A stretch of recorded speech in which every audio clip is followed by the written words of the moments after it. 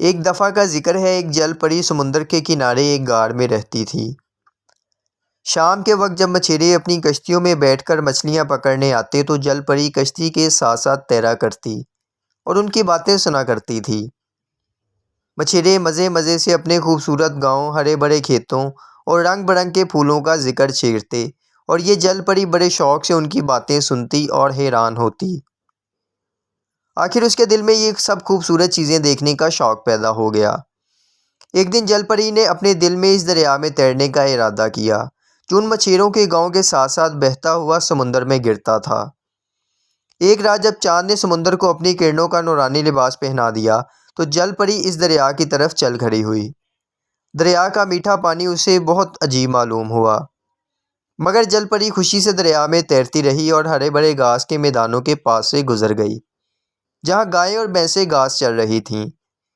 انہیں دیکھ کر وہ ڈر گئی اور پانی میں چمکدار دم جلد جلد ہلاتی ہوئی تیزی سے تیرنے لگی۔ جب ستارے چھٹک گئے، صبح کی ٹھنڈی ٹھنڈی ہوا چلنے لگی، آسمان پر مشرق کی طرف سے ایک زرد سی روشنی نمودار ہوئی تو جل پری اپنے دل میں ڈری کہ کہیں مجھے کوئی دیکھ نہ لے۔ اس خیال کے آتے ہی اس نے اپنا رخ بدلا اور نہایت تیزی سے ہاتھ اور دم مارتی ہوئی اپنے گھر کی طرف لوٹنے لگی۔ اس موقع پر ایک نوجوان چرواہا اپنی بھیڑوں کو پانی پلانے کے لیے دریا کی طرف چلا آ رہا تھا۔ اس کی نظر جل پری کے چاندی جیسے جسم پر پڑ گئی۔ اس نے جل پری کو آواز دی۔ جل پری نے پلٹ کر اس کی طرف دیکھا۔ وہ اس بلا کی حسین تھی کہ اسے دیکھ کر چرواہے کو اپنے آپ کی کچھ سدھ بدھ نہ رہی۔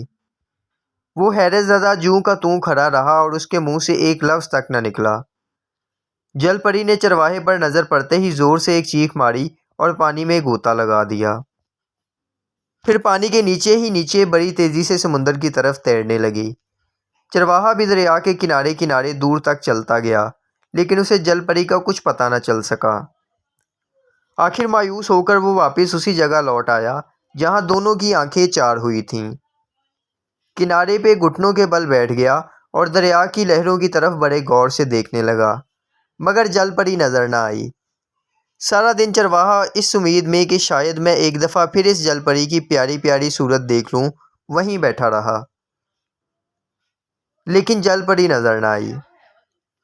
دوسرا دن گزر گیا، پھر تیسرا دن بھی گزر گیا، مگر جل پری کا کچھ پتہ نہ ملا۔ آخر چرواہے نے دل کے ہاتھوں مجبور ہو کر ہمیشہ کے لیے وہیں دریا کے کنارے بستر جما دیا۔ اب تو چرواہا ہر وقت گھٹنوں کے بل بیٹھا رہتا اور ٹکٹکی لگا کر پانی کی طرف بڑے غور سے دیکھتا رہتا، لیکن جل پری دوبارہ نظر نہ آئی۔ ادھر جل پری کو اپنے غار میں صحیح سلامت پہنچ کر پھر کبھی انسان اور اس کی چیزوں کو دیکھنے کی جرت نہ ہوئی اور اس نے دوبارہ سمندر سے نکل کر دریا کا رخ کبھی نہ کیا۔ کچھ عرصے کے بعد چرواہے نے بھوک پیاس اور غم سے وہیں اپنی جان دے دی۔ چرواہے کے دوست جب اسے تلاش کرتے کرتے دریا پر پہنچے تو چرواہے کی لاش کنارے پر پڑی تھی۔ لاش اس قابل نہ تھی کہ اسے شہر لے جا کر دفن کیا جاتا، چنانچہ اس کے سب دوستوں نے یہ فیصلہ کیا کہ اسے یہیں دریا کے کنارے پر ہی دفن کر دیا جائے۔ دوسرے سال اس کی قبر سے ایک ننھی منھی کونپل پھوٹی اور جب کئی سال گزر گئے تو وہ کونپل بڑھتے بڑھتے ایک بہت بڑا اور گھنا درخت بن گیا۔